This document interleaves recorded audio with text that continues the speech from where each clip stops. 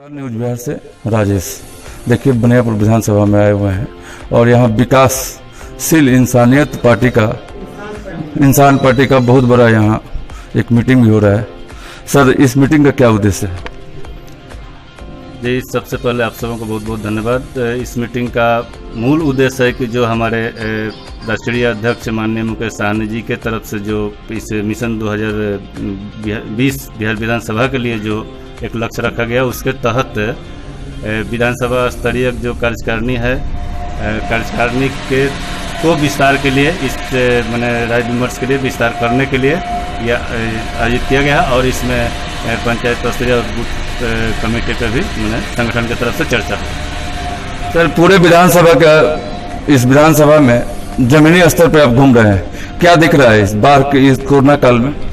इस कोरोना काल में मैंने सरकार जो है वो मैंने हर स्तर पे विफल है, चाहे वो बाढ़ हो या कोरोना हो। बाढ़ में भी देखने को मिला या लोग त्राहिमाम थे और सरकार को मैंने कुछ रास नहीं आ रहा था, चूँकि इसलिए कि जहाँ भी हर जगह जो भी किचन जो सेंटर चला वो सेंटर भी ढंग से संचालन नहीं हो पाया और यहाँ तक कि इस किचन सेंटर को और आगे तक बढ़ाना चाहिए था, लेकिन बीच में ही सरकार की तरफ से बंद कर दिया गया। और पूरे बिहार के पैमाने पे, पूरे सूबे के पैमाने पे ये चीज़ देखा जाए तो हर जिला में हर जगह यही स्थिति रही है, सरकार की पूर्णतः विफलता है। इसलिए लग रहा है ऐसा लोगों का जो आवाज़ है या सोच है या जो लोगों की तरफ से बात निकल के आ रहा है, तो पूरे बिहार के पैमाने पर लग रहा है कि परिवर्तन होना सुनिश्चित है। और ये हाल फिलहाल की स्थिति में जो है वह महागठबंधन का सरकार बनना तय है और उसमें जो है हमारे माननीय तेजस्वी जी मुख्यमंत्री और ये हमारे सहनी जी हैं वो डिप्टी सीएम के रूप में घोषित होने वाले हैं। सर, 15 साल लालू जी का राज था, 15 साल एनडीए जाते हैं, किस कामों को मानते हैं? सरकार का 15 साल शासन आरजेडी के रहा, इनका भी रहा, तो इसमें बहुत सारा चीज़ है कि जो सरकार की तरफ से आज आए दिन आप देख रहे हैं कि कहीं ना कहीं रोज़ बरोज ये मर्डर, जैसे कि हमारे ये वैशाली के लालगंज में जो हमारे अमरजीत सहनी जी का हत्या दिन दहाड़े अपराधियों के द्वारा कर दिया गया और वहाँ पे पहले से पूर्व में सब प्रशासन को सूचना दिया गया था, लेकिन सरकार की तरफ से, प्रशासन की तरफ से, पुलिस की तरफ से किसी तरह की उस पहल नहीं होने के कारण उनकी हत्या हो रही है। और ये जो है पुलिस प्रशासन जो है इन गुंडों को, अपराधियों को बिना लगाम का छोड़ दिया है। जैसे कि आप देख रहे हो कि इसी सारण जिला के बसई गांव में जो जनता बाजार लालातपुर से आता है, एससी समाज के लड़के को सुबह ही आले सुबह उसको गोली मार के अपराधियों द्वारा हत्या की जाती है। ये लगातार पूरे बिहार के पैमाने पे ये चल रहा है। कहीं सामूहिक, आप तरैया में आपने देखा होगा कि तरैया में एक लड़की के साथ सामूहिक बलात्कार किया जाता है और उस पर भी मैंने जिस तरह कार्रवाई होनी चाहिए, जिस रफ्तार से, उस तरह की कार्रवाई नहीं हो पाई। ये दिन ब दिन पूरे सूबे के पैमाने पर लगातार चल रहा है। गिनती चाहे जितना भी गिना जाए वो कम पड़ जाएगा। यही मैं अगर आपकी सरकार आती है तो ये जितने भी दुर्व्यवहार हो रहे हैं और समाज में जितने ये फैले हुए हैं, क्या सब ठीक हो जाएगी? बिल्कुल, ये दावे के साथ मैंने हम पार्टी की तरफ से आश्वस्त करना चाहते हैं कि इस पे अपने पुलिस प्रशासन, जो भी सरकार के पास तंत्र, अगर सरकार चाह दे कि अपराधियों पे लगाम कस देना है तो निश्चित रूप से सरकार ऐसा कर सकते हैं, लेकिन अभी फिलहाल जो हाल में जो सरकार है वो इसमें विफल है पूर्णतः। सर, विधानसभा चुनाव में खड़े हैं, क्या मूल मंत्र में यही है कि जो भी क्रियाकलाप रहा है पार्टी की तरफ से, चूंकि इसका जो एक जातिगत जो एक आंकड़ा है, आप देख ही रहे हैं कि पूरे बिहार के पैमाने पे एक अलग ही चलता है। कहीं ना कहीं विभिन्न पार्टी या लोगों के भी दिल देव में इस तरह की बात रहती है। तो एक जो ये समीकरण है तो उसके मुताबिक ये जो महागठबंधन की बात है, तो उसमें अगर अति पिछड़ा से हमारे वीआईपी की तरफ से अगर अति पिछड़ा से प्रत्याशी होता है तो अति पिछड़ा, और इसके अलावा जो हमारा महागठबंधन के जो लोग हैं, जो आरजेडी के लोग हैं या अन्य दल के जो लोग हैं, वो अगर समर्थन देते हैं, साथ में चलते हैं महागठबंधन का जो भी प्रत्याशी होगा इस बनियापुर में या जिला के किसी भी विधानसभा में, तो निश्चित रूप से उस समीकरण के तहत जो है वो यहाँ की जनता चुनाव जिताकर और विधानसभा में भेजने का काम करेगी। सर, छोटा सा क्वेश्चन एक पूछते हैं, तो उनके लिए क्या हर जाति हर धर्म बराबर होता है? जी बिल्कुल, वो सभी समान रूप से सभी लोग जो हैं वो किसी जाति का भेदभाव उसमें नहीं होना चाहिए और किसी भी धर्म का भेदभाव नहीं चाहिए। समानता, समतामूलक समाज के निर्माण के दिशा में उनको आगे चलना चाहिए। मैं स्पष्ट तौर पर इस बात को कहना चाहूँ। तो क्या हमारे मीडिया के माध्यम से कहते हैं कि आप जब जीतेंगे तो आपके लिए हर कोई सम्मान होगा?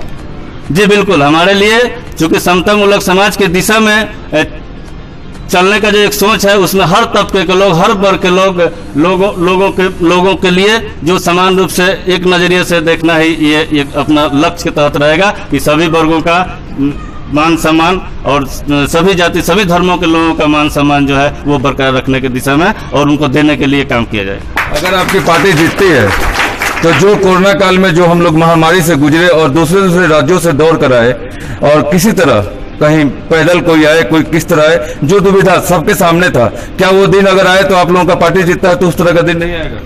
बिल्कुल हर स्तर पे अभी भी हमारी पार्टी की तरफ से इस कोरोना काल में जो हमारे प्रवासी मजदूर विभिन्न राज्यों में, देश के विभिन्न राज्यों में रह के अपना काम करते हैं, अपना जीवन यापन करते हैं, चलाते हैं, तो इस सरकार के विफलता के कारण पार्टी जो है वो पार्टी को भी बढ़ चढ़ के उसमें काम करना पड़ा और वहाँ जहाँ तक संभव हो सका वहाँ लोगों तक मैंने जिस स्टेट में, हर स्टेट में जो है वो खाने पीने का सुविधा या मान लीजिए कि उनको यहाँ तक कि अगर जब आने की बात हो रही थी तो उसमें साधन सुविधा रुपया पैसा तक की मदद हमारी पार्टी की तरफ से किया गया है।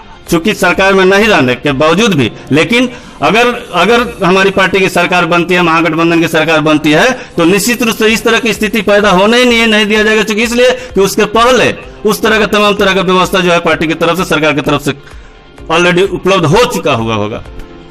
चलिए धन्यवाद सर।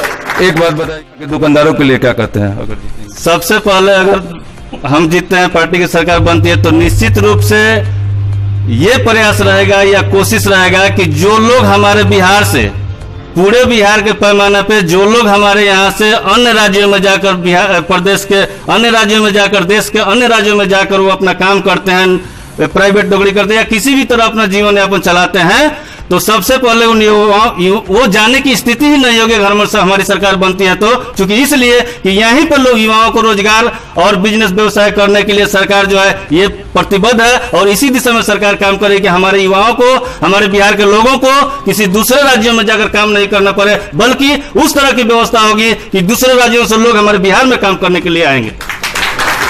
चलिए धन्यवाद सर। छोटा सा क्वेश्चन में करें, जनता के लिए क्या संदेश देंगे और क्या कहेंगे, किस लिए वोट देंगे? मैं अपील भी करना चाहूंगा और स्पष्ट तौर पे कहना भी चाहूंगा अपने बनियापुर विधानसभा के तमाम जो मेहनतकश लोग हैं, जो व्यवसायी लोग हैं, माँ बहन हैं, युवा साथी हैं, जितने भी विधानसभा के लोग हैं, गार्जियन हैं, मैं तमाम लोगों को आश्वस्त करना चाहूंगा कि मैं यहाँ की बनियापुर की जनता की हर जरूरत के दिशा में चलने के लिए तैयार रहूंगा। अगर आपके तरफ से मुझे मौका दिया जाता है, आपके तरफ से आशीर्वाद और स्नेह प्यार के बदौलत अगर मौका मिलता है, तो निश्चित रूप से आपकी हर समस्याओं के साथ जो है हम कदम से कदम मिलाकर चलने के लिए तैयार रहेंगे और हर समस्या के समाधान के दिशा में काम करने के लिए तैयार रहेंगे। चाहे जब आपकी जरूरत महसूस हो, हमेशा वहीं खरा उतरेंगे। इस बात के लिए मैं आपको आश्वस्त करना चाहूंगा। धन्यवाद सर। आप अपना नाम और पार्टी का नाम बताइए। मेरा नाम श्रवण कुमार महतो हुआ, विकासशील इंसान पार्टी के प्रदेश सचिव अति पिछड़ा प्रकोष्ठ से मैं हूं।